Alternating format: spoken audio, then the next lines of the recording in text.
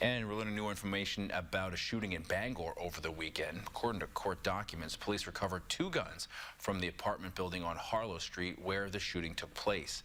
42-year-old Tyron Kindred is charged with possession of a firearm by a felon.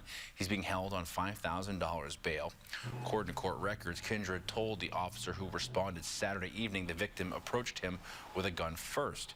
When asked if he shot the victim, Kindred reportedly responded, "I'd be dead." Kindred claims he's homeless but had been sleeping in the basement of the Harlow Street apartments.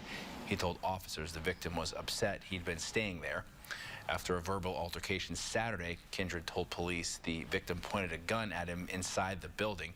Kindred says that's when he shot maybe 2 or 3 times. Police say they found one man sitting on the sidewalk with multiple gunshot wounds. He was taken to a local hospital for surgery but is expected to recover. Police say one of the firearms they found was in the hallway. The other was near the front door.